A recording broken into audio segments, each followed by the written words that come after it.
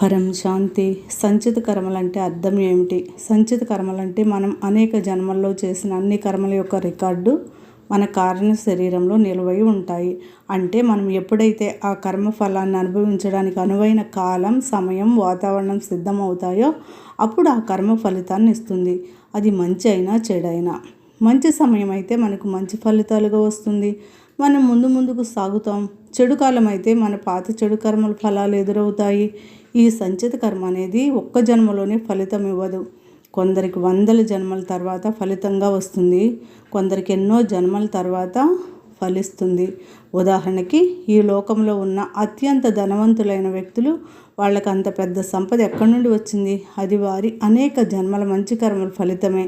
వాళ్ళు ఎన్నో జన్మలుగా మంచి కర్మలు చేసిన ఫలితంగా ఒక్క జన్మలో అది ధనంగా రూపాంతరం పొందింది. అది కూడా చక్రవడ్డీతో కలిసి ఫలితం వచ్చింది. ఒకే జన్మలో ధనవంతులు అవుతారు. కానీ ఆ ధనాన్ని వారి పేరు కోసం, ఇతరులకు చూపించుకోవడం కోసం వంటి పనులకు వాడితే వాళ్ళు ఆ ఫలాన్ని పూర్తిగా అనుభవిస్తున్నారు. తర్వాతి జన్మ కోసం క్రొత్తగా మంచి కర్మలు చేయలేదు కాబట్టి తర్వాత జన్మలో పేదవాళ్ళయ్యే అవకాశమే ఉంది. ఈ సంచిత కర్మలు అనేవి మన ఆత్మ సృష్టి అయినప్పటి నుండి మైటికి బయట ఆవరణలో రికార్డ్ అయి ఉంటాయి. రెండవ ఆవరణ తయారవుతుంది. ఇలా ఒక్కో లేయర్ మాత్రమే కాదు, ఇంకొన్ని లేయర్లు కూడా ఏర్పడతాయి. మొదట పరమ మహాతత్వం యొక్క లేయరు, తర్వాత పరమ ఆకాశతత్వం, తర్వాత పరమ వాయుతత్వం. ఇలా ఆవరణలు ఏర్పడుతూ సాకారంగా వచ్చినప్పుడు సాకార ఆవరణ కేవలం ఆకాశతత్వం యొక్క ఆవరణ ఏర్పడుతుంది. ఇందులో రికార్డు మొత్తం ఉంటుంది. దీనినే కారణ శరీరం అంటారు.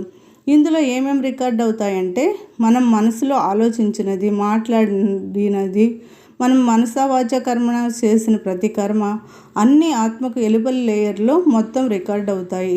ఈ రికార్డులన్నీ ఆకాశతత్వంలో ఉంటాయి. ఆకాశతత్వం అంటే మనకు కనబడని బ్రహ్మాండాన్ని నింపి ఉన్న డార్క్ ఎనర్జీ, అదే తత్వం. సైన్స్ వాళ్ళ మాటల్లో చెప్పాలంటే ఇది స్పేస్లో ఉన్న డార్క్ ఎనర్జీ. కనపడదు, కానీ ప్రతి చోట సర్వత్రా వ్యాపించి ఉంటుంది. అందులోనే మొత్తం బ్రహ్మాండంలోని ప్రతి ఒక్క ఆత్మ యొక్క పూర్తి కర్మ రికార్డు అయి ఉంటుంది. పరం శాంతి.